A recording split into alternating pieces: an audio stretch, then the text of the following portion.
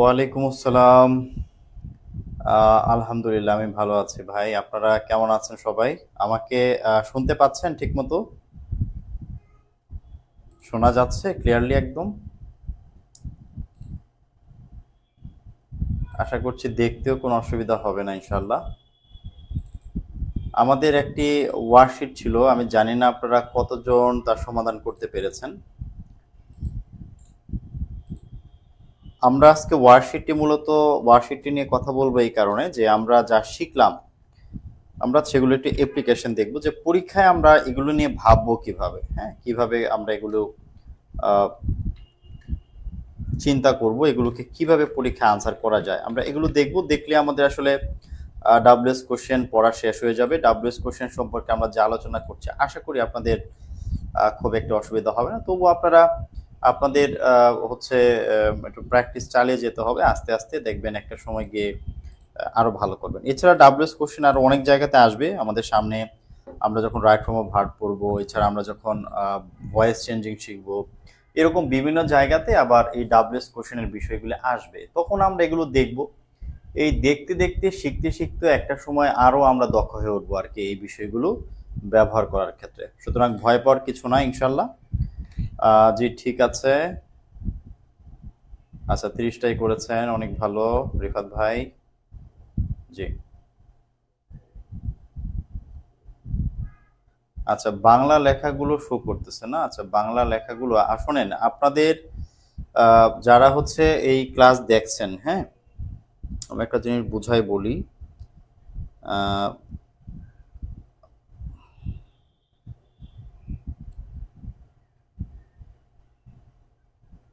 জি আজকে আর একটু ভালো করে বুঝিয়ে দেব। আমরা এই প্রত্যেকটা প্রশ্ন যখন আমি সলভ করি আমি বুঝাবো যে কোনটা আসলে কিভাবে হচ্ছে। হ্যাঁ, আজকের ক্লাসে আপনি আরো ভালো নিতে পারবেন, প্রবলেম নাই, টেনশন করার কিছু নাই।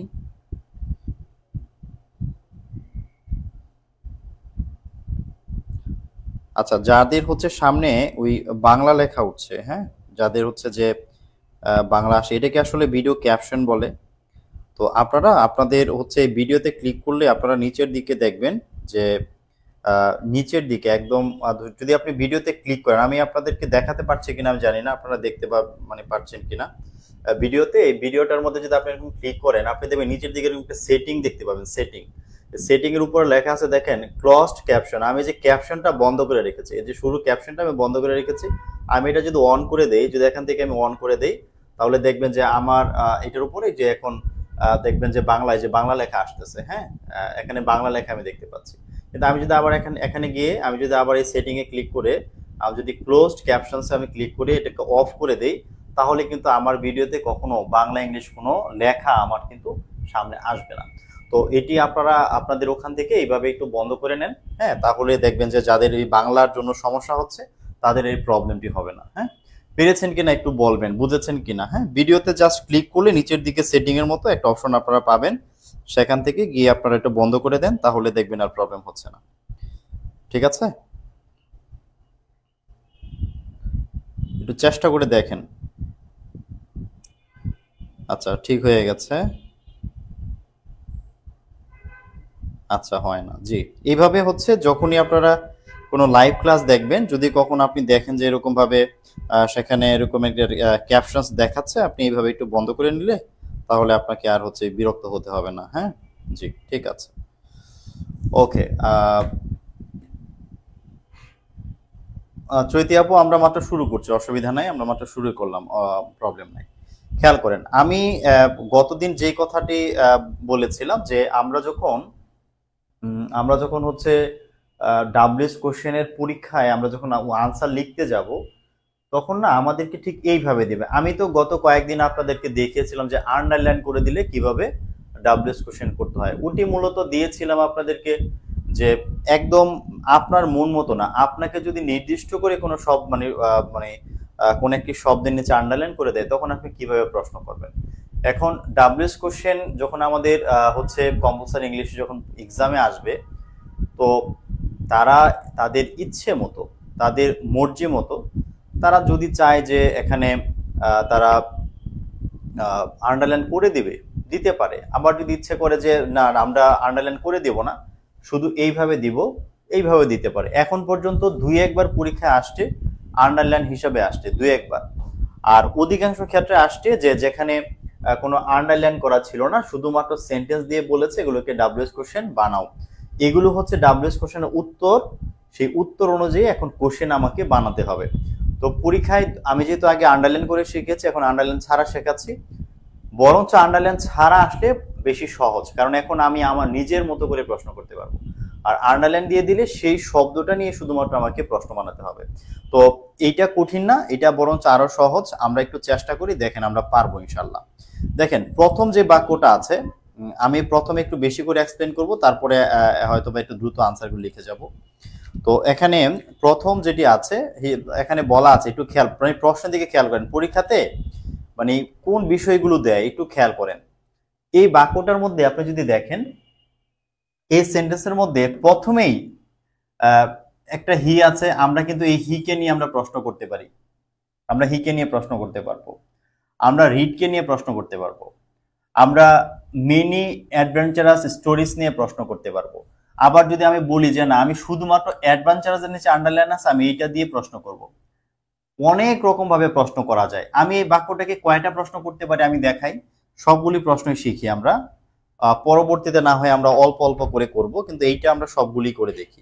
যেমন প্রথমে দেখেন, আমি প্রথম বাক্যটা লিখতে পারতাম যে হু দিয়ে যদি বাক্যের সাবজেক্ট দিয়ে প্রশ্ন বানাতাম, লিখতাম হু রিড মেনি অ্যাডভেঞ্চারাস স্টোরিজ, কে রোমাঞ্চকর অনেকগুলো গল্প পড়েছে। হ্যাঁ, আমি এটি লিখতে পারতাম। আমি একটু সরিয়ে দেই আমার পিছন থেকে, আপনাদের দেখতে একটু অসুবিধা হবে।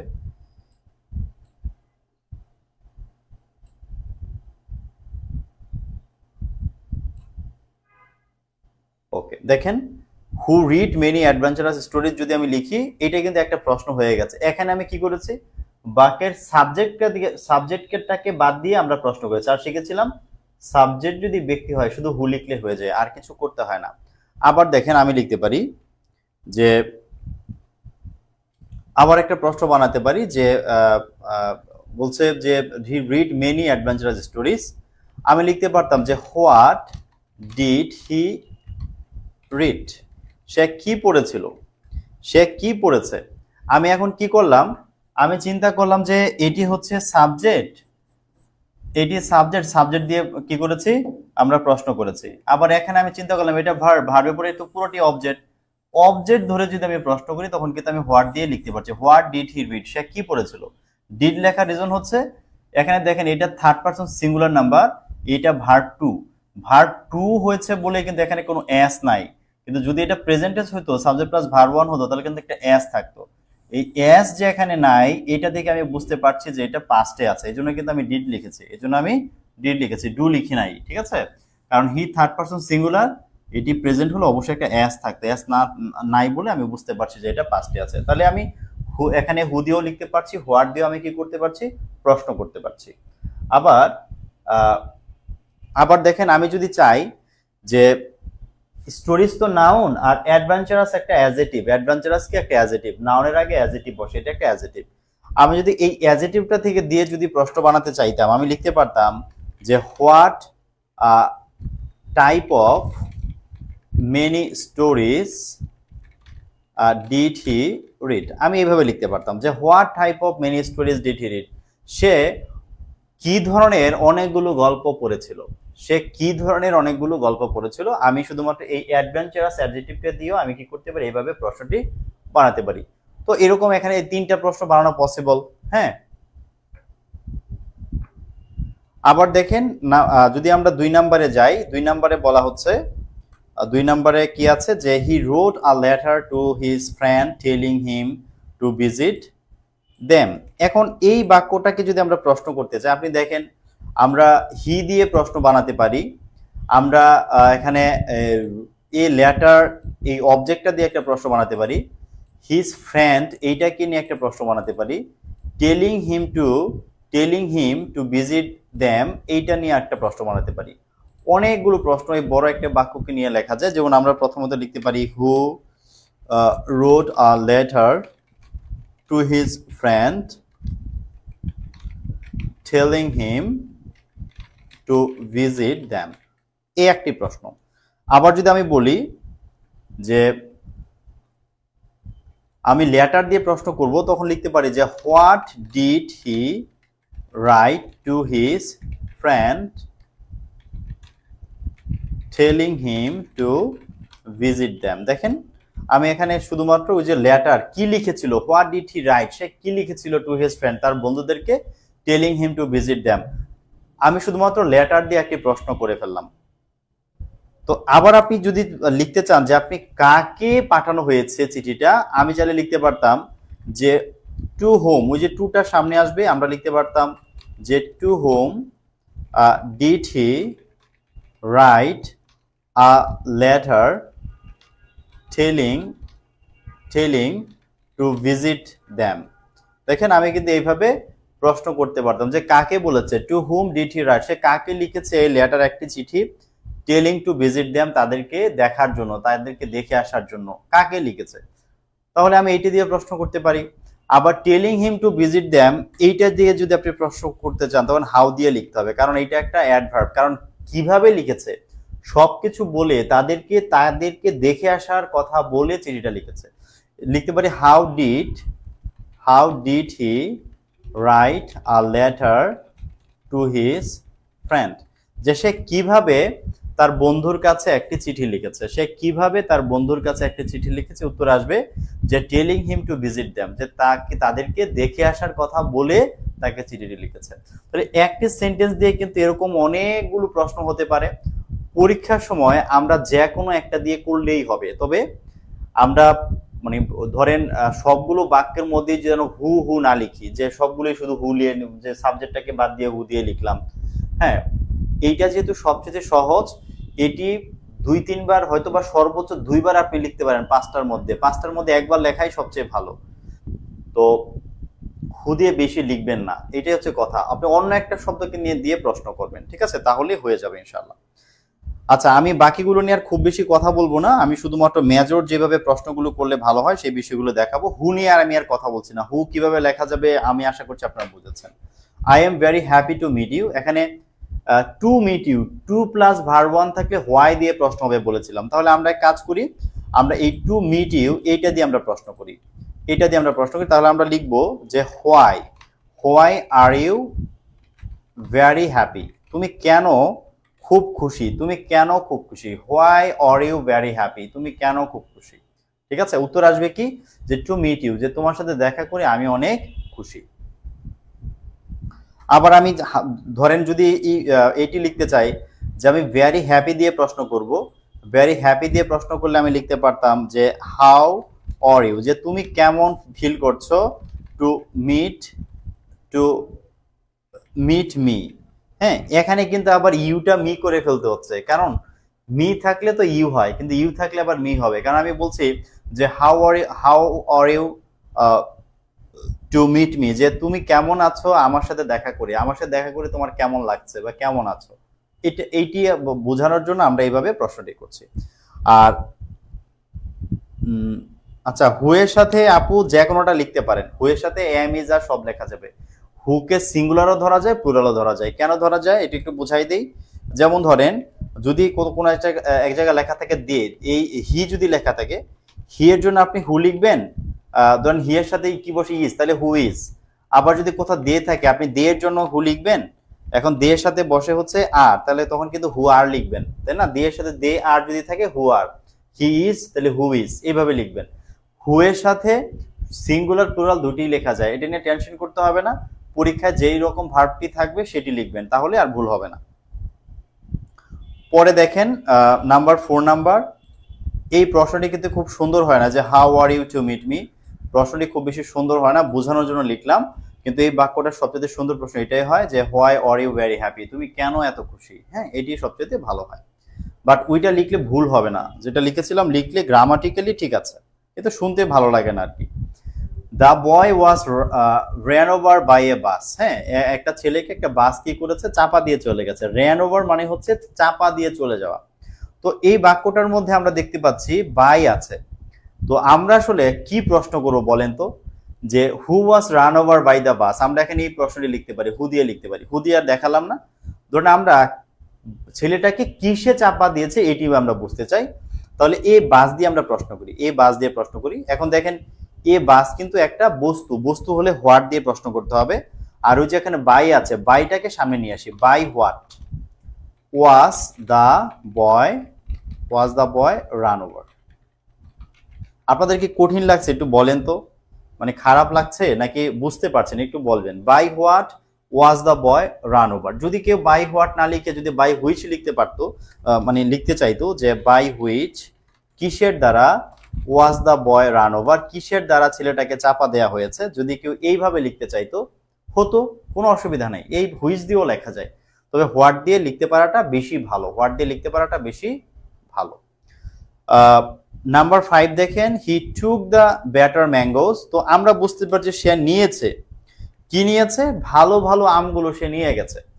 তাহলে আমরা যদি এখানে অবজেক্ট দিয়ে প্রশ্নটা করি সবচেয়ে ভালো হয়, ঠিক আছে, অবজেক্টটা দিয়ে যদি প্রশ্ন করি সবচেয়ে ভালো হয়, যে কি নিয়েছে, ভালো ভালো আম নিয়েছে। আপনি দেখেন এই বাক্যের মেজর পার্ট কি, সে নিয়েছে, তার চেয়ে গুরুত্বপূর্ণ কথা সে কি নিয়েছে, সে হচ্ছে ভালো আমগুলো নিয়ে গেছে। তাহলে অবজেক্ট দিয়ে প্রশ্ন বানালে আমরা হোয়াট দিয়ে প্রশ্ন বানাবো, কারণ ম্যাঙ্গোস হচ্ছে বিভিন্ন বস্তু বোঝাচ্ছে। তাহলে আমরা লিখবো what did he take, did লিখলে base form, what did he take, সে কি নিয়েছে, হোয়াট ডিড হি টেক, সে কি নিয়েছে, উত্তর আসবে দ্য বেটার ম্যাঙ্গো, সে ভালো ভালো আমগুলো নিয়েছে। আবার যদি কেউ যদি বলতে চায় যে ভাইয়া না আমি বেটার দিয়ে প্রশ্ন করব, আপনি লিখতে পারেন, তখন আপনি লিখবেন যে হোয়াট হোয়াট আপনি কাইন্ড অফ বা what type of, what kind of mangoes did he take. আমরা এইভাবে লিখতে পারি। যদি আমি চাই যে সে কোন আমগুলো নিয়ে গেছে, এইভাবে আমি লিখতে পারি। আবার যদি আপনি এটাকে এইভাবে লিখতে চান যে which mangoes did he take, তবুও ভুল হবে না, কারণ দেখেন সেম অর্থ হয় যে সে কোন আমগুলো নিয়ে গেছে, which mangoes did he take, সে কোন আমগুলো নিয়ে গেছে, সে ভালো ভালো, দ্য বেটার ম্যাঙ্গো, সে ভালো ভালো আমগুলো নিয়ে গেছে। তার মানে একটা বাক্যকে অনেকভাবে প্রশ্ন করা যায়, প্রবলেম নাই। কিন্তু বেসিক বিষয় হচ্ছে ওই যে শুরুতে ডাব্লিউএস ওয়ার্ড আপনি দিয়েছেন কিনা, ডিড দিয়েছেন কিনা, সাবজেক্ট ঠিক মতো আছে কিনা, বেস ফর্মটা দিয়েছেন কিনা, এগুলো হচ্ছে একটা প্রশ্নের মেজর এলিমেন্ট। এগুলোর মধ্যে যদি ভুল থাকে আপনার মার্ক কাটা যাবে। বাট অর্থের দিক থেকে হোয়াট কাইন্ড অফ, হুইচ আপনি যেটি দিয়ে লেখেন এগুলোর ক্ষেত্রে কোনো অসুবিধা নাই, একটি লিখলেই আপনাকে মার্ক দেবে। নাম্বার 6, হ্যাঁ, she is the tallest of the two girls. আমরা এখানে লিখতে পারি, এটার সবচেয়ে ভালো প্রশ্ন যদি আমরা লিখতে চাই হু দিয়ে লিখলে সবচেয়ে ভালো হয়, যে who is the taller of the two girls, এই দুইটা মেয়ের মধ্যে সবচেয়ে বড় মেয়েকে। আপনি দেখেন আমি যদি এখানে বলছে যে এই দুটি মেয়ের মধ্যে সবচেয়ে লম্বা কে, দুইজনের মধ্যে সবচেয়ে লম্বা কে, এই প্রশ্নটাকে অন্যভাবে করলে ভালো লাগবে না। মানে প্রশ্ন এটা যে এই দুজনের মধ্যে কে সবচেয়ে লম্বা, আমরা দেখায় বলবো যে সে হচ্ছে এই দুজনের মধ্যে সে হচ্ছে সবচেয়ে লম্বা। তাহলে এই প্রশ্নটা হু দিয়ে লিখলে সবচেয়ে কি হচ্ছে, ভালো হচ্ছে, ঠিক আছে। আচ্ছা,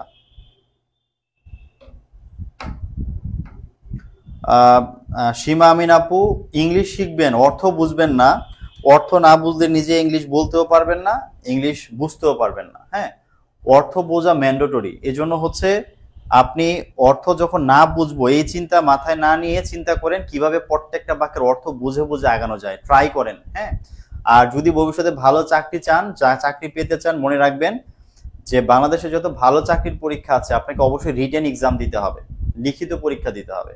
আর লিখিত পরীক্ষা আপনাকে ইংলিশ লিখতে হবে, আপনাকে প্যারাগ্রাফ লিখতে হবে, লেটার লিখতে হবে, কম্পোজিশন লিখতে হবে, বিভিন্ন রকমের হচ্ছে যে এমপ্লিফিকেশন লিখতে হবে, অনেক কিছু আছে লেখার মতো, আপনাকে লিখতেই হবে।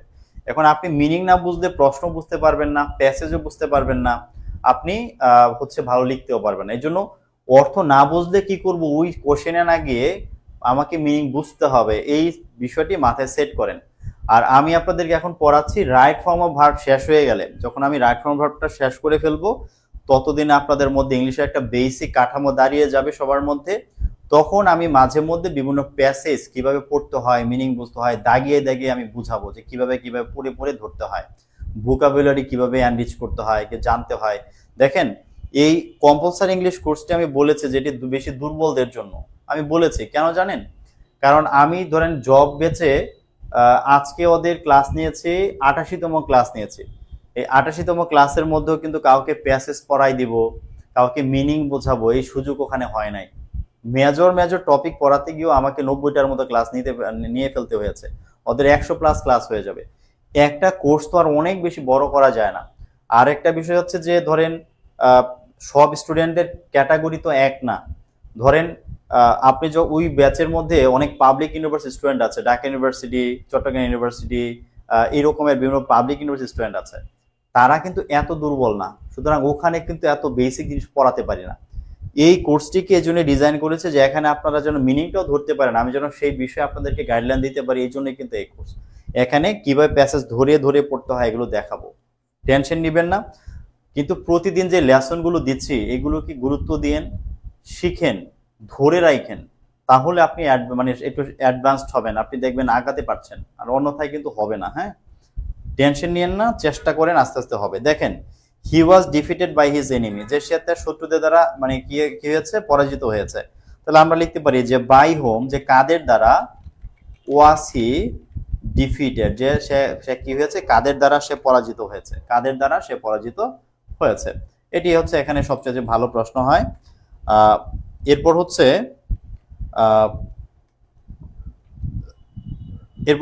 অফ অল দ্য নোবেলিস্ট, যে দেখেন অফ অল দ্য নোবেলিস্ট, যে সকল নোবেলিস্টদের মধ্যে আই লাইক হার্ডি মস, যে আমি টমাস হার্ডি, তিনি তার হচ্ছে অসাধারণ কিছু নোবেল আছে, বলছে যে সকল নোবেলিস্টের মধ্যে আই লাইক হার্ডি মস, যে আমি হার্ডিকে সবচেয়ে বেশি পছন্দ করি। তো আমি লিখতে পারি যে অফ অল দ্য নোবেলিস্ট, যে of all the Nobelist whom do you like most, যে তুমি কাকে সবচেয়ে বেশি পছন্দ করো। দেখেন, অফ অল দ্য নোবেলিস্টকে আমি কিন্তু ওই জায়গাতে রেখে দিয়েছি। হ্যাঁ, ওই জায়গাতে রেখে দিয়েছি, প্রবলেম নাই। আর আমি কি করেছি, হার্ডিটাকে ধরেছি অবজেক্ট, অবজেক্টের জন্য হুম লিখলাম, অবজেক্ট যেহেতু ব্যক্তি হুম লিখলাম, ভার্ব আছে ডু লিখলাম, আইটাকে ইউ করে দিলাম। Of all the Nobelist whom do you like most, সকল নোবেলিস্টদের মধ্যে তুমি কাকে সবচেয়ে বেশি পছন্দ করো। ঠিক আছে। আচ্ছা, মিনিং বুঝেন আপু, বলেছি মিনিং বুঝবেন, টেনশন নিবেন না।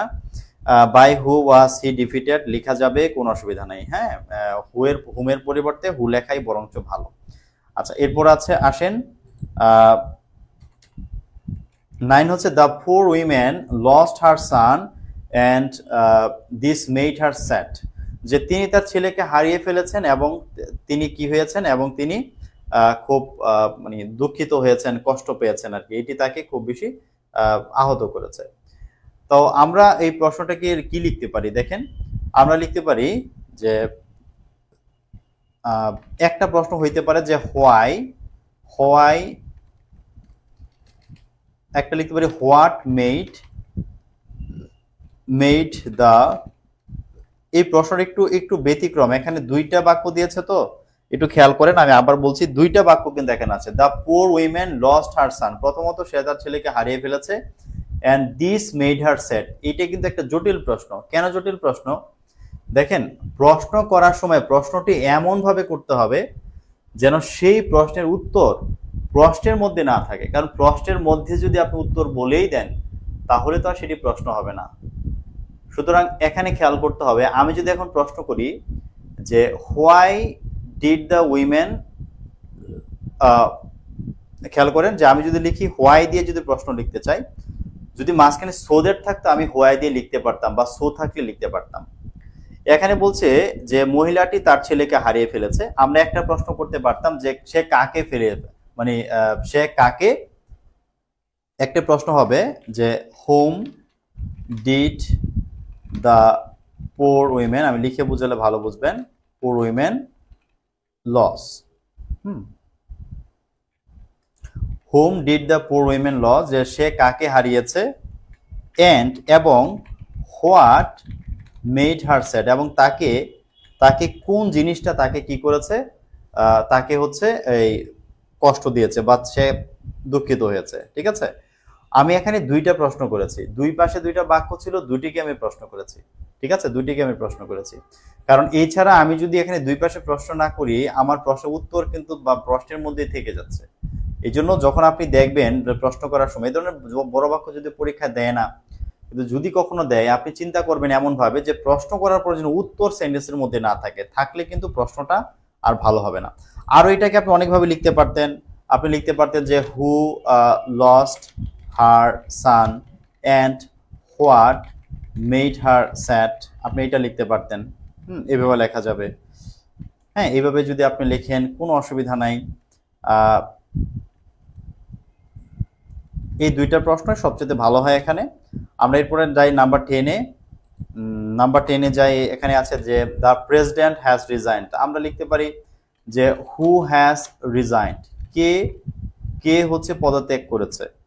ঠিক আছে, এইটা লিখতে পারি। আবার আরেকটা জিনিস খেয়াল করেন, আমরা না বাক্যের ভার্বকে দিয়েও প্রশ্ন করতে পারি, ভার্বের পরিবর্তেও প্রশ্ন করা যায়। যেমন আমরা লিখতে পারতাম হোয়াট হ্যাজ দ্য প্রেসিডেন্ট ডান।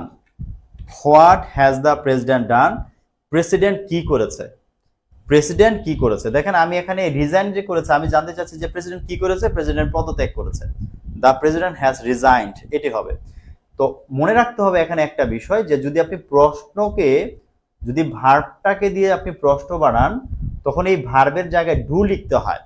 ভার্বের জায়গায় আপনাকে ডু লিখতে হবে, এবং ডু লেখার সময় খেয়াল করতে হবে এই ভার্বটা যেই ফর্মে আছে আপনাকে সেই ফর্মে লিখতে হবে। এখানে রিজাইনটা ভার্ব 3 আছে, তো হ্যাজের পরে ভার্ব 3, এজন্য ডুটাকে আমরা ভার্ব 3 করে দিয়েছি। আমি আরেকটা প্রশ্ন দেখাই, তাহলে আরো ক্লিয়ার হবেন।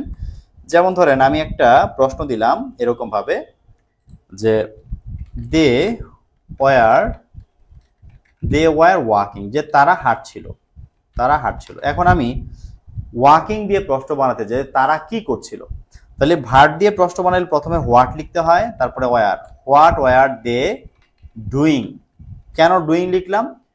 ভার্ব দিয়ে যদি আমি প্রশ্ন বানাই, ভার্বের জায়গায় আমাকে ডু লিখতে হবে, এবং এখানে ওয়াকিং এর সাথে আইএনজি ছিল, সুতরাং আমাকে কি করতে হবে, এখানেও আমাকে ভার্বের সাথে আইএনজি করে দিতে হবে, যে হোয়াট ওয়ার দে ডুইং, তারা কি করছিল। দে ওয়ার ওয়াকিং, তারা হাঁটছিল, এরকম আর কি।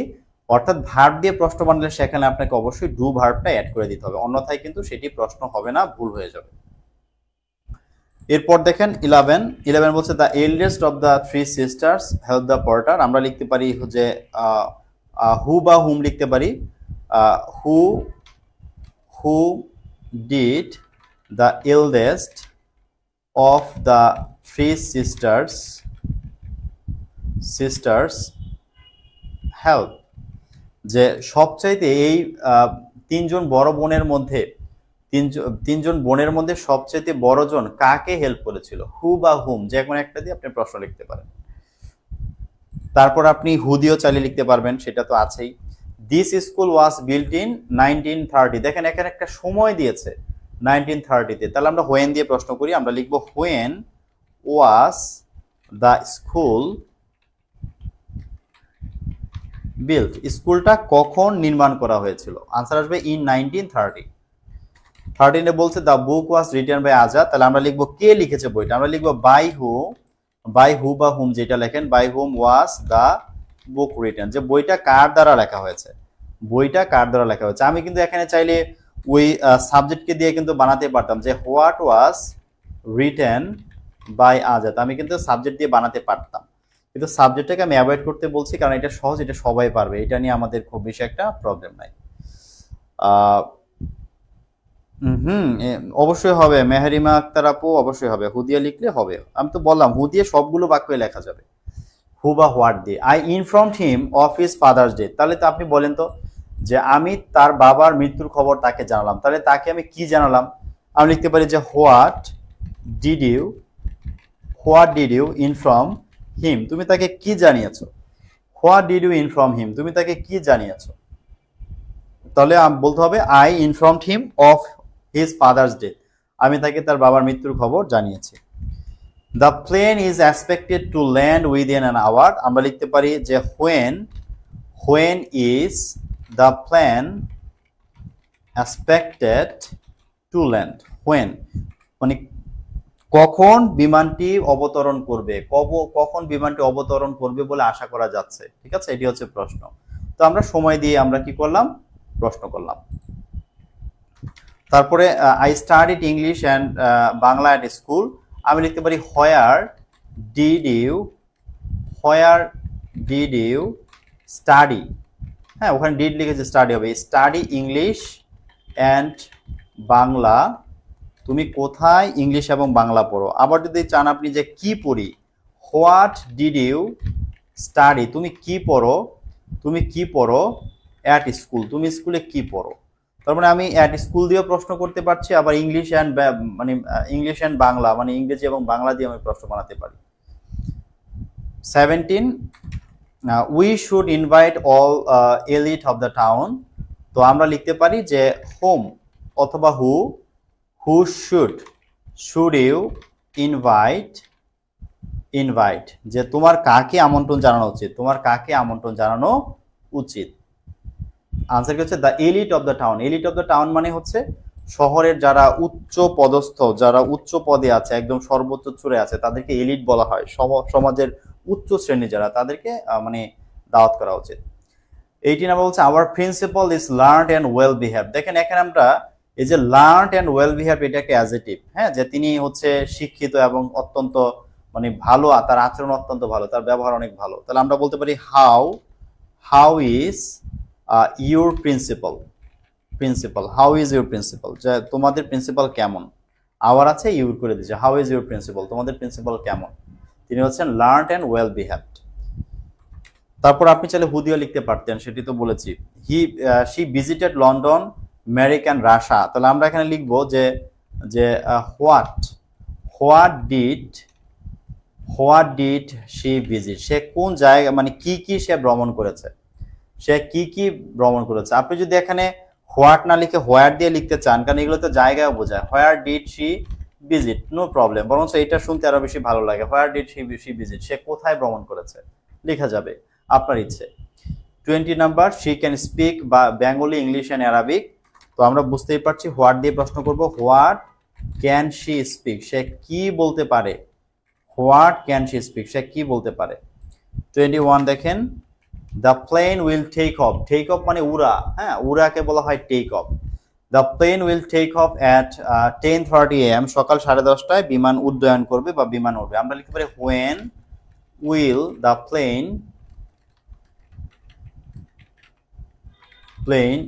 টেক অফ, ঠিক আছে। When will the plane take off, বিমানটি কখন উড়বে, বিমানটি কখন উড়বে। এখানে বলেছে যে he is so weak that he can not walk. আপনারা জানেন যে হি ইজ সো উইক, সে কেন মানে হাঁটতে পারে না। এই প্রশ্নটা করলে সবচেয়ে ভালো হয়। এখানে প্রশ্ন হচ্ছে যে সে এতই দুর্বল যে সে হাঁটতে পারে না। আমরা প্রশ্ন করতে পারি যে why can not he walk, সে কেন হাঁটতে পারে না, সে কেন হাঁটতে পারে না। Why can not he walk, সে কেন হাঁটতে পারে না। উত্তর হচ্ছে হি ইজ সো উইক, সে অনেক দুর্বল, এই জন্য সে হাঁটতে পারে না, ঠিক আছে।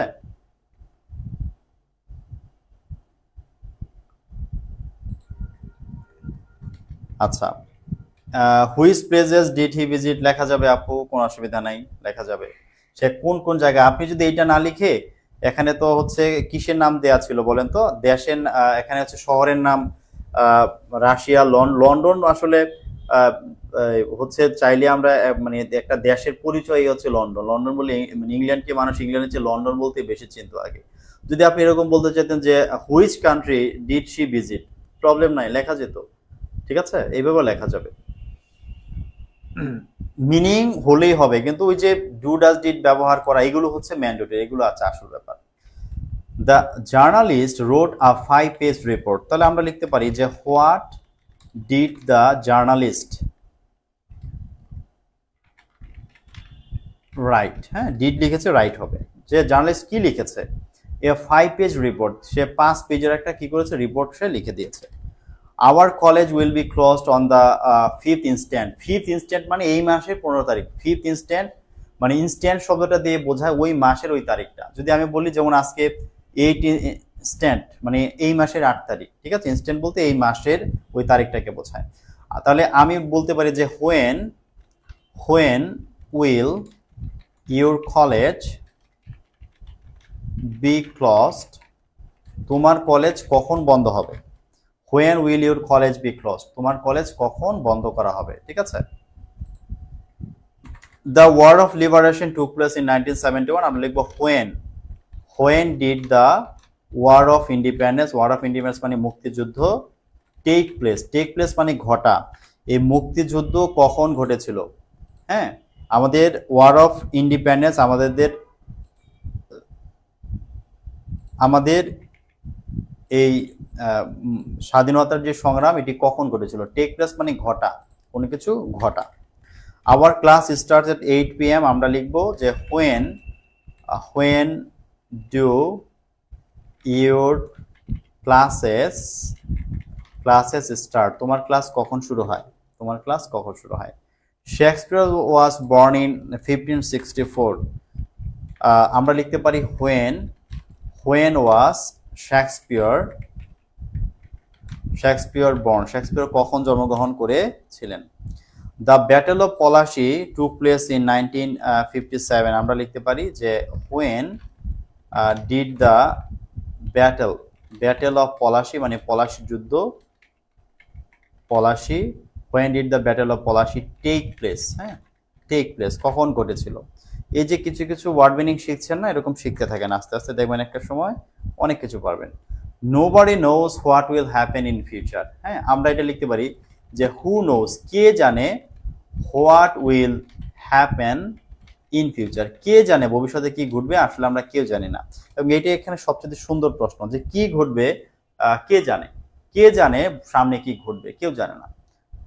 তারপরে he went to the station and brought 3 tickets, আমরা লিখব যে আমরা লিখতে পারি এখানে যে where did he go, সে কোথায় গিয়েছিল, and what did he bring, এবং সে কি এনেছিল।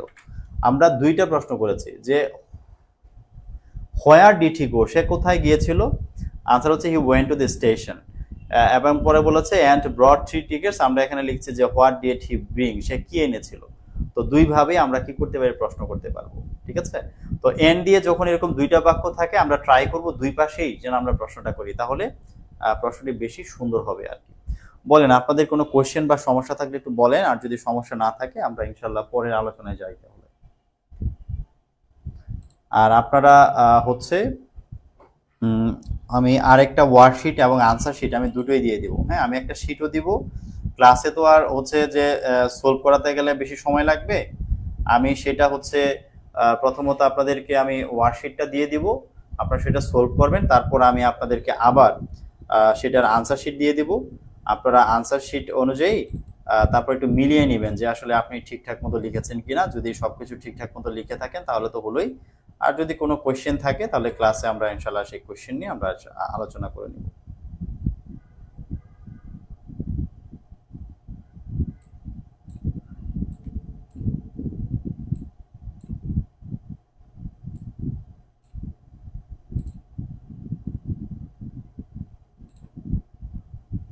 আচ্ছা, আমাদের হচ্ছে যেই কোর্স প্ল্যান ছিল, আমাদের কোর্স প্ল্যানে আমরা মোটামুটি বেসিক অনেকটুকু আমরা এগিয়ে গেছি। আমরা হচ্ছে conjugation of verb, person number পড়েছি, টেন্স নিয়ে আমরা বিস্তারিত মোটামুটি কথা বলেছি, ফ্রেমিং, নেগেটিভ কনভার্সন আমরা শিখেছি, সেখানে অক্সিলারি ভার্ব, মেইন ভার্ব এগুলো নিয়ে আপনাদের ধারণা হয়েছে, আপনাদের হচ্ছে কনভার্সন এবং এগুলো নিয়ে ধারণা হয়েছে, ইন্টারোগেটিভ কিভাবে করতে হয় শিখিয়েছি, আমরা আইডেন্টিফাইং এবং হচ্ছে টেন্স চেঞ্জিং এগুলো শিখেছি, পার্ট অফ স্পিচ হয়েছে, এখন হচ্ছে ফ্রেমিং, ডাব্লিউএস কোশ্চেন এবং হচ্ছে ইয়েস নো কোশ্চেন এগুলিও আমাদের হয়ে গেছে। এরপর আমাদের শুরু হচ্ছে ট্যাগ কোশ্চেন। আমরা তাহলে আজকে থেকে ট্যাগ কোশ্চেন শেখা শুরু করব, ঠিক আছে। ট্যাগ কোশ্চেন শিখব, ট্যাগ কোশ্চেনটাও আমাদের জন্য ইম্পর্ট্যান্ট, এবং আজকে আমরা ট্যাগ কোশ্চেনের একটা বেসিক কিছু কথাবার্তা বলি, আগামী দিন আমরা বাকি ট্যাগ কোশ্চেন শেষ করে ফেলবো ইনশাআল্লাহ। তারপরে আমাদের use of modal auxiliary verb আছে, তখন আপনারা যাদের মিনিং প্রবলেম, এখন আপনারা মিনিং বোঝার ক্ষেত্রে একটু হেল্প পাবেন। তারপর আমরা অনেক গুরুত্বপূর্ণ যে টপিক সেটা হচ্ছে ইউজেস অফ টেন্সেস এবং রাইট ফর্ম অফ ভার্ব, আমরা এটা পড়বো। এখানে আরো অনেক কিছু আপনারা শিখবেন, ইংলিশের অনেক বেসিক কিছু কনসেপ্টের সাথে পরিচিত হবেন, এবং এখানে এইটা পড়ার পরে আপনাদের বেসিক লেভেলটা মোটামুটি একটা পর্যায়ে চলে আসবে ইনশাআল্লাহ, হ্যাঁ, টেনশনের কিছু নাই। আচ্ছা, আমরা তাহলে চলে যাব ট্যাগ কোশ্চেনে আলোচনায়, হ্যাঁ।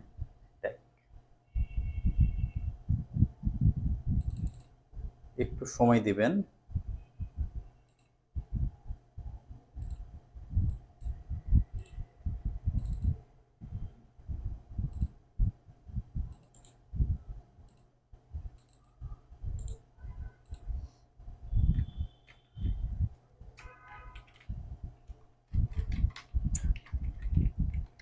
আজকে ভিডিও দেখতে কি ভালো লাগছে?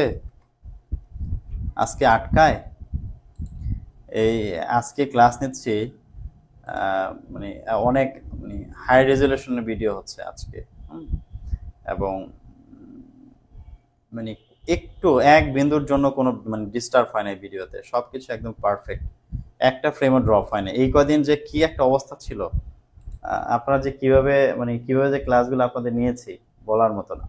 দেখেন, ট্যাগ কোশ্চেন, হ্যাঁ, আপনারা যারা ফেসবুক ইউজ করেন, ট্যাগ করার একটা বিষয় থাকে, তাই না? আমরা ট্যাগ করি একজন আরেকজনকে, বিভিন্ন পোস্ট ট্যাগ করি। এটার প্রবণতাটা আর অনেক বেশি ছিল যখন ফেসবুক একদম শুরুর দিকে আসছিল। তখন এই ট্যাগ করার বিষয়টা ফেসবুকে হচ্ছে ট্যাগ এবং হচ্ছে পুক, এগুলো করার মানে খুব মানে গুরুত্বপূর্ণ কিছু বিষয় ছিল আর কি। তখন এটা মানুষ খুব এনজয় করতো। এখন তো আসলে তো ওইভাবে ট্যাগ করা হয় না, বরঞ্চ কারণে ট্যাগ করলে সে বিরক্ত হয়। হ্যাঁ, তো এই ট্যাগ থেকে আমরা ট্যাগ কোশ্চেনের বিষয়টা বুঝতে পারি। এইটি যদি আমরা 9-10-এ পড়েছি, অনেকে আমরা পড়েছি, কিন্তু যেহেতু আমাদের পরীক্ষায় এগুলো লাগে, আমরা একটু শিখে নিব, ভালো করে শিখবো। এবং এখানে ট্যাগ কোশ্চেন যেভাবে শেখাবো, জীবনে আর কখনো ট্যাগ কোশ্চেন পড়তে হবে না। আর আপনাদের কথা বলবো যে জবের যে কোর্স করায় সেখানে কিন্তু আমি ট্যাগ কোশ্চেন পড়াই না।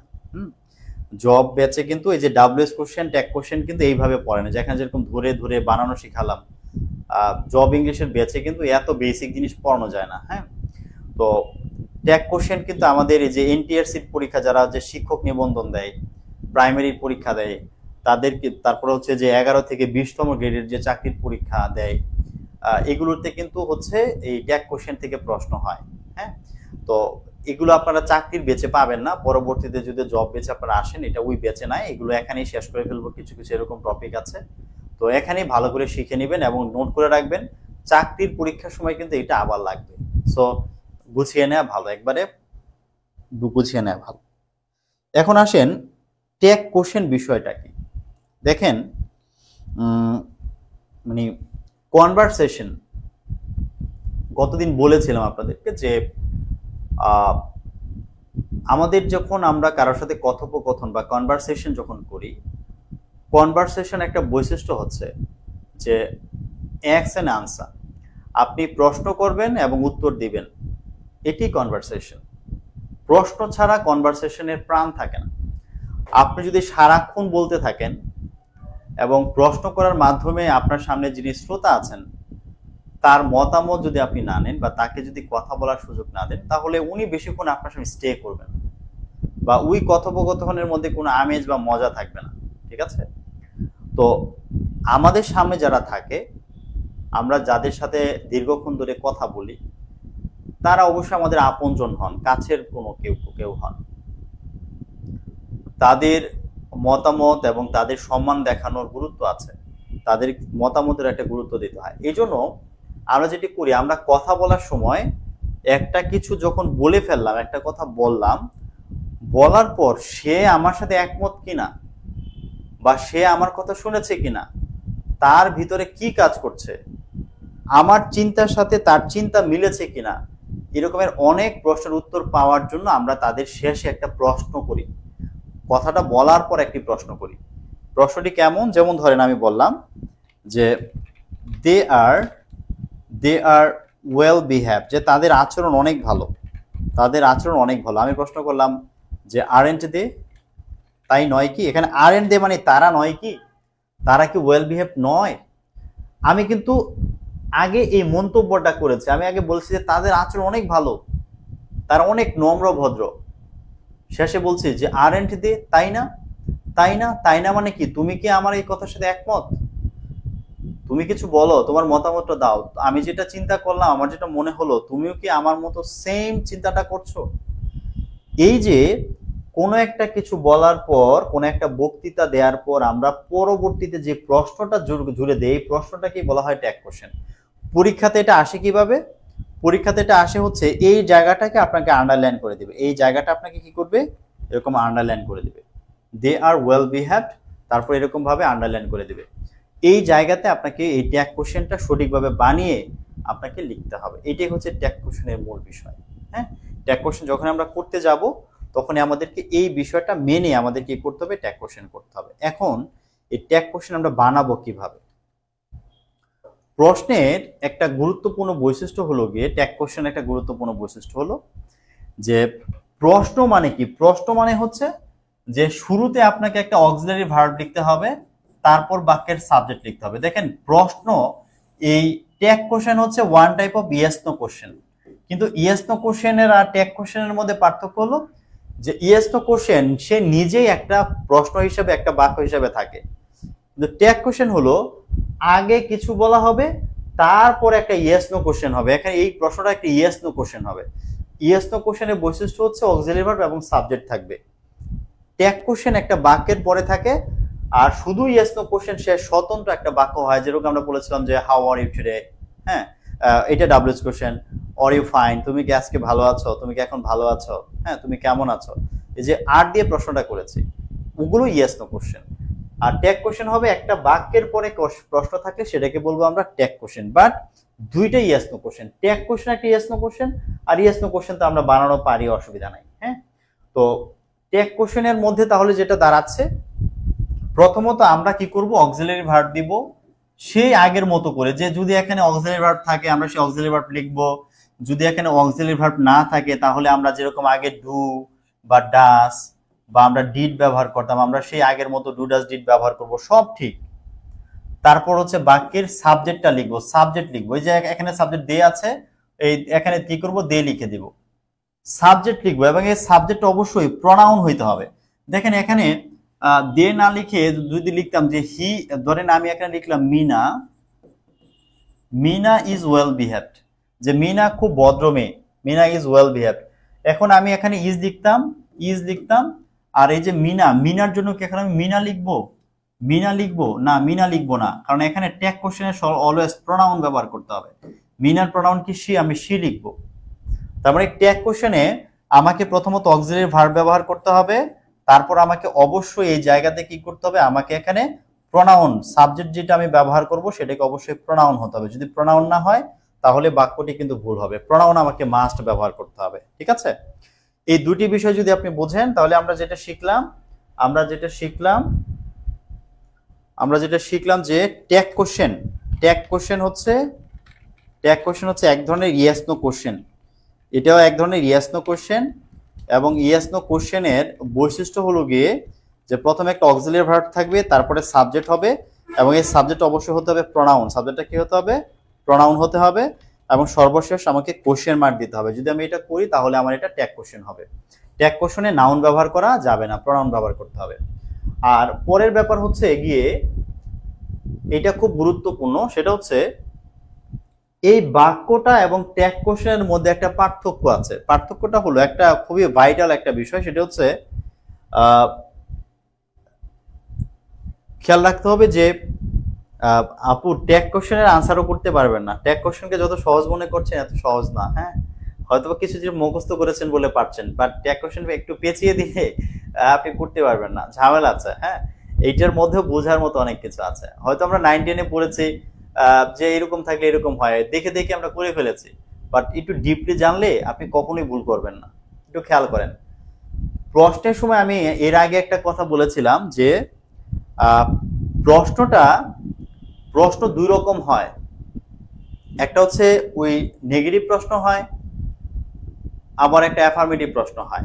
যেমন আমি আপনাদের এরকম এক্সাম্পল দিয়েছিলাম কিনা, যে অনেক সময় আছে যে বাচ্চা কান্না করে, ধরেন বাচ্চা কোন অপরাধ করেছে, মা হচ্ছে মেরেছে, মারা তো একটু শাসন করতে ভালোবাসে না, শাসন করেছে। এখন ওই বাচ্চা রাতে খাবে না, সে হচ্ছে আম্মুর সাথে জিদ করেছে, আমাকে মেরেছো আমি খাবো না। এখন মা প্রথমে বাচ্চাকে বলে যে আসো খেতে আসো, ভাত খাবা না, আসো ভাত খাবা না, এখানে কিন্তু প্রশ্ন করছে, একটু খেয়াল করেন। আবার প্রশ্নটা কিন্তু এরকম হতে পারতো যে ভাত খাবা, কথাটা একটু নরম নরম শোনায় না, নরম নরম শোনায়। যেমন আপনি যদি বন্ধুকে বলেন কিরে যাবি, এটা কিন্তু তত জোর দেয়া বোঝাচ্ছে না। কিন্তু যদি বলেন কিরে যাবি না মানে কি হচ্ছে, যে অবশ্যই যেতে হবে। নেগেটিভ প্রশ্ন যখন আমরা করি, নেগেটিভ প্রশ্ন দিয়ে আমরা প্রশ্নে জোর দেই যে ভাই তোমাকে এটা করতেই হবে, তুমি যাবা না, তোমাকে যাইতেই হবে। তুমি খাবা না, তোমাকে খাইতেই হবে। এই মায়েরা এরকম করে, প্রথমে বলে যে এসে ভাত খাও, আসো আসো, একবার দুইবার তিনবার বলে, শেষে কি বলে, কি যখন রেগে টেগে যায় তখন বলে কি রে খাবি না, যখন বলে খাবি না তখন দেখা যায় বাচ্চাটা সুসুর করে কেঁদে চলে আসে। নেগেটিভ প্রশ্ন মানেই হচ্ছে কাউকে জোর করে কিছু বলা, গুরুত্ব দিয়ে বলা, এইটাই নেগেটিভ প্রশ্নের বৈশিষ্ট্য। এই কারণে দেখা যায় যে আমার যেই কথাটা আমি বলেছি, আমি যে মন্তব্যটা করেছি, এই মন্তব্যটা যদি অ্যাফার্মেটিভ হয়, যদি বাক্যটার মধ্যে কোনো নেগেটিভ কিছু না থাকে, আমরা তো নেগেটিভ ওয়ার্ড চিনি, নো, নট, নেভার, এগুলো নেগেটিভ ওয়ার্ড। যদি এইটা নেগেটিভ না হয়ে অ্যাফার্মেটিভ হয়, তাহলে ট্যাগ কোশ্চেনটা অবশ্যই নেগেটিভ হতে হবে। ট্যাগ কোশ্চেন কি হতে হবে? নেগেটিভ হতে হবে। তখন যেরকম এটা ট্যাগ কোশ্চেন আমি লিখতেছি আর এর সাথে নট দিয়ে দিব আরেন্ট দে। আরেন্ট দে মানে হচ্ছে তারা কি তা নয়? আমি যে তাদেরকে বললাম যে তারা অনেক ওয়েল বিহেভ, এটা কি সত্যি না? অবশ্যই সত্যি, কারণ আমি বিশ্বাস করি এটা সত্যি, এই জন্য প্রশ্নটা নেগেটিভ করব। তো স্টেটমেন্ট যদি আমার অ্যাফার্মেটিভ হয়, আমার ট্যাগ কোশ্চেন হবে নেগেটিভ। আবার যদি স্টেটমেন্ট নেগেটিভ হয়, যেরকম ধরেন লিখলাম যে হি ইজ নট অনেস্ট, যে তিনি সৎ না। ইজ হি, এখন আমি যে ইজ লিখলাম আর কি করলাম, সাবজেক্টটাকে লিখে দিলাম। আমি এখানে কোনো নট বা আমি কিছু দিব না। কেন দিব না? কারণ বাক্যে অলরেডি নট আছে। কারণ আমি তাকে বলে দিয়েছি যে ভাই সে সৎ না, তাই না? তাই তো, মানে প্রশ্ন আমাকে অ্যাফার্মেটিভ করতে হবে, তাহলে অ্যাফার্মেটিভ করলে আমার উত্তর নেগেটিভ আসবে। আর প্রশ্ন যদি নেগেটিভ বলি, উত্তর আমার অ্যাফার্মেটিভ আসবে। খাবি না বললে সে খাইতে চলে আসবে, আর খাবি বললে আসবে না। ঠিক আছে? তার মানে প্রশ্ন যদি আমার নেগেটিভ হয়, সরি, আমার যদি স্টেটমেন্টটা যদি নেগেটিভ হয়, তাহলে আমার প্রশ্ন হবে অ্যাফার্মেটিভ। আর যদি স্টেটমেন্ট অ্যাফার্মেটিভ হয়, প্রশ্ন হবে নেগেটিভ। এক কথায়, বাক্যের ভিতরে যদি নট বা নেভার এগুলো থাকে, এখানে কোনো নট দিব না। আর যদি এখানে কোনো এরকমের নেগেটিভ কিছু না থাকে, তাহলে আমরা এখানে নট যোগ করে দিব। এটাই হচ্ছে মূল বিষয়। বলেন তো এই অংশটুকু, এই কথাগুলো বুঝেছেন কিনা? এই কথাগুলো বুঝেছেন কিনা বলেন। তাহলে আমরা এটা এইভাবে একটু নোট করে নিতে পারি যে স্টেটমেন্ট, যে বাক্যটা দিবে, স্টেটমেন্ট যদি অ্যাফার্মেটিভ হয়, তাহলে আমাদের ট্যাগ কোশ্চেনটা হয়ে যাবে নেগেটিভ। আর যদি আমরা দেখি যে স্টেটমেন্টটা যদি আমার নেগেটিভ হয়, তখন আমার ট্যাগ কোশ্চেনটা হয়ে যাবে অ্যাফার্মেটিভ। ঠিক আছে? ট্যাগ কোশ্চেন হয়ে যাবে অ্যাফার্মেটিভ সব সময়। এটা মানে রিজনই হচ্ছে ওই একটা, যে আমি নেগেটিভ বলে জোর করছি, আর জোর করছি মানে সে হ্যাঁ বোধক উত্তর দিবে। আর আমি ওই যে এম আই রাইট, যে আমি কি ঠিক, am I right or am I right, হ্যাঁ, কেডি পাঠক বলতো, যারা আদালত দেখেছেন, হ্যাঁ, am I right or am I right. Am I right বলতে এখানে আসলে বোঝাচ্ছে যে আমি কি ঠিক, আসলে আমি ঠিক, হ্যাঁ। আবার সে কিন্তু চাইলে এইটাই রাইটও বলতে পারতো, যে আমি কি ঠিক না, জোর দিয়ে বলতে পারতো। আর সে জোর দিয়ে বলে না, সে বলছে am I right or am I right. এটা তার বলার স্টাইল, এটা ডায়ালগের স্টাইল। ঠিক আছে? এখন খেয়াল করেন, আমাদেরকে একটা জিনিস এখানে শিখতে হবে, সেটা হচ্ছে আমাদের হচ্ছে কন্ট্রাকশন শিখতে হবে। আমাদেরকে কন্ট্রাকশন শিখতে হবে। কন্ট্রাকশন বলতে হচ্ছে ভার্বের কিছু শর্ট ফর্ম আছে, যেগুলো আমাদেরকে শিখতে হবে। যেমন দেখেন, এম নট, এইটাকে দুইভাবে লেখা যায়। এটাকে এইন্টও লেখা যায়, আবার এটাকে আরেন্টও লেখা যায়, দুইটাই লেখা যায়। তবে মনে রাখতে হবে যে এইনটাকে এখন আর মডার্ন গ্রামারে ব্যবহার করা হয় না। এইনটা মূলত মানে বলার ক্ষেত্রে, মানে স্পোকেন ইংলিশে ব্যবহার করা হয়, কিন্তু লেখার ক্ষেত্রে এইনটাই ব্যবহার করে না। কিন্তু এম নটকে আরএনটি লিখতে হয়। আবার যদি আপনি ইজ নট লেখেন, ইজ নটের সংক্ষেপ মানে শর্ট ফর্ম হচ্ছে ইজন্ট। প্রশ্ন হলো কেন এই শর্ট ফর্ম গুলো ব্যবহার করতে হয়? দেখেন, ট্যাগ কোশ্চেন এইটা একটা স্পোকেন ইংলিশের অংশ। ট্যাগ কোশ্চেন কিন্তু রিটেন ইংলিশের কোনো অংশ না। স্পোকেন ইংলিশে কথা বলার সময় আমাদেরকে ট্যাগ কোশ্চেন ব্যবহার করতে হয়। আর স্পোকেন ইংলিশে সবকিছু শর্ট করে বলতে হয়। স্পোকেন ইংলিশ মানে হচ্ছে সবকিছু শর্ট করে বলতে হবে, যত ফাস্ট বলা যায় আর কি। যেমন আমরা বলি আই ডোন্ট নো, তারা বলে আই ডোন্ট নো, খুব শর্ট করে বলে। আমরা বলি যে লেট মি গো আউট, তারপর লেট মি গো আউট, মানে অনেক ফাস্ট বলে। ঠিক আছে? তো ট্যাগ কোশ্চেনটা যে স্পোকেন ইংলিশ, এই জন্য আমরা কখনো ইজ নট লিখতে পারবো না, শর্ট করে লিখতে হবে। আমরা কখনো এম নট লিখতে পারবো না, আরএন্ট লিখতে হবে, শর্ট করে লিখতে হবে। কখনো ফুল ফর্মে ট্যাগ কোশ্চেনে লেখা যাবে না, সবসময় নটগুলোকে আমরা শর্ট করে লিখবো। এরকম আর কি আছে, এরপরে যেরকম আছে আর নটকে আমাদের নর্মালি আরএনটি লিখতে হবে, প্রবলেম নাই। তারপরে ওয়াজ নট যদি আমরা পাই, যদি দেখি আমরা সেন্টেন্সের মধ্যে ওয়াজ নট আছে, এটুকু আমরা ওয়াজন্ট আমরা এইভাবে লিখবো। তারপরে যদি ওয়ার নট থাকে, এটুকু আমরা ওয়ার নট, মানে অ্যাজ ইউজুয়াল, হ্যাঁ, কোনো নতুন কোনো কিছু নাই এগুলোর মধ্যে। তারপরে হ্যাভের সাথে যদি নট দিই, হ্যাভ নট যদি থাকে আমি সেটাকে হ্যাভেন্ট লিখবো। আর যদি হ্যাজ নট থাকে, হ্যাজ নটকে আমরা হ্যাজেন্ট লিখবো। তারপর আছে কি হ্যাড নট আছে, হ্যাড এর সাথে যদি নট দেই তাহলে আমরা হ্যাডেন্ট লিখবো।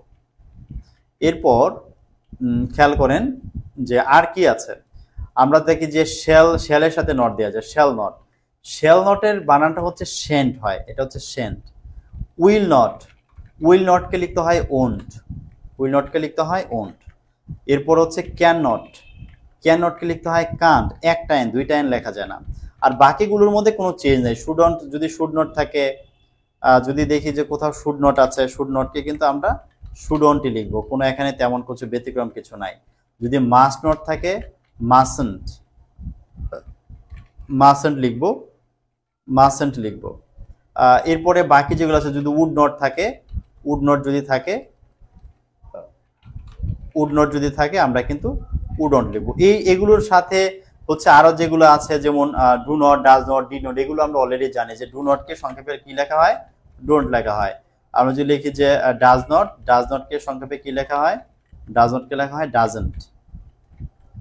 ডিড নটকে লেখা হয় ডিডন্ট। তো এখানে আমি যে বিষয়টা বোঝাতে চাই, আমি আর না লিখি, কয়েকটা জিনিস শুধুমাত্র একটু মাথায় রাখবো। সেটা হচ্ছে যে আপনি দেখেন যে এখানে এই এম নট একটা ব্যতিক্রম, এটাকে আরএন্ট লিখতে হয়, এটা আমাদেরকে স্পেশালি গুরুত্ব দিয়ে মনে রাখতে হবে। শেল নট, উইল নট এবং আরেকটা হচ্ছে ক্যান নট, এই চারটা জিনিস, শেল, উইল, ক্যান, আর উপরে পড়লাম কি আমরা আর, হ্যাঁ, এই কয়েকটা হচ্ছে আমাদের এই চারটা, শুধুমাত্র এই চারটার মধ্যে ব্যতিক্রম আছে, এই চারটে স্পেশাল, এই চারটার মধ্যে পরিবর্তন করে আমাদেরকে লিখতে হয়। শুধু এই চারটা আমরা স্পেশালি মনে রাখবো, আর বাকিগুলো তো সবগুলো সেম নিয়ম, ওগুলো আমাদেরকে এত গুরুত্ব দেওয়ার দরকার নেই, ওগুলো আমরা এমনিতেই পারবো। শুধু এই চারটার দিকে খেয়াল রাখবেন যে এম নটকে আরেন্ট লিখতে হয়, শেল নটকে সেন্ট লিখতে হয়, এখানে এটা ব্যতিক্রম আছে, উইল নটকে ওন্ট লিখতে হয় ব্যতিক্রম, আর ক্যান নটকে কান্ট লিখতে হয়, এটাও ব্যতিক্রম। এই চারটা স্পেশালি মনে রাখতে হবে, আর বাকি যেগুলো আছে সেগুলো অ্যাজ ইউজুয়াল, ওগুলো আমরা এমনিতেই পারবো, প্রবলেম হবে না। তো আজকে আমরা এই পর্যন্ত শিখি। আমরা আগামী ক্লাসে ট্যাগ কোশ্চেন, পুরো এক ক্লাসে আমরা চেষ্টা করব ট্যাগ কোশ্চেনের ফুল জিনিসটা আমরা মাথায় নিয়ে নেওয়ার। বিশেষ করে ট্যাগ কোশ্চেনে আমাদের প্রবলেম হবে, কিছু নেগেটিভ ওয়ার্ড থাকলে ট্যাগ কোশ্চেন একটু ভিন্ন রকম হয়, এবং ইম্পারেটিভ সেন্টেন্সের ট্যাগ কোশ্চেনগুলো বেশি ইম্পর্টেন্ট, কারণ ইম্পারেটিভের ট্যাগ কোশ্চেন অনেকেই ভুল করে ফেলে, খুব সহজ জিনিস ভুল করে ফেলে। বা আপনারা হয়তো আগে মুখস্থ করেছেন শুধু যে লেস থাকলে শ্যালি হবে, হ্যাঁ, মুখস্থ করেছেন, কিন্তু তবুও আপনারা কনফিউজড হয়ে যান মাঝে মধ্যে। কিন্তু আমি যেভাবে শেখাবো দেখবেন আপনি আর কনফিউজড হবেন না ইনশাআল্লাহ। তো এই চার্ট পর্যন্ত একটু ভালো করে শিখে রাখেন, আর কালকে আমি ডাব্লিউএস কোশ্চেন আরেকটা শীট দিব এবং সলিউশন দিব। সলিউশনটা হয়তো একটু পরে পাঠাবো, আগে শীট দিব তারপরে সলিউশনটা দিব। আপনারা এগুলো একটু প্র্যাকটিস করবেন ভালোভাবে, তাহলে আশা করছি আপনাদের এই মার্কগুলো আপনারা ধরতে পারবেন। ট্যাগ কোশ্চেনের মার্ক, ট্যাগ কোশ্চেনে যদি 5 পান, ট্যাগ কোশ্চেন অবশ্য সবার আসে না, ফাজিল, বিশেষ করে ফাজিল পরীক্ষা যারা অংশগ্রহণ করবে তাদের এটা মানে বেশি আসে আর কি। আর হচ্ছে এদিক দিয়ে হচ্ছে ডাব্লিউএস কোশ্চেন আবার সবারই আসে, যেমন ফাজিলের ওরা যদি ওখানে হচ্ছে ট্যাগ কোশ্চেন থেকে 5 পেয়ে যায়, ডাব্লিউএস কোশ্চেন 5 পেয়ে যায়, এখানে তো 10 মার্ক হয়ে গেল। হ্যাঁ, পাস করতে খুব বেশি মার্ক আসলে লাগবে না, ঠিক আছে? আচ্ছা, ঠিক আছে, তাহলে ভালো থাকেন ইনশাল্লাহ, আগামী দিন কথা হচ্ছে। হ্যাঁ, সবার জন্য শুভকামনা রইল, পড়াশোনা করবেন। আল্লাহ হাফেজ, আসসালামু আলাইকুম।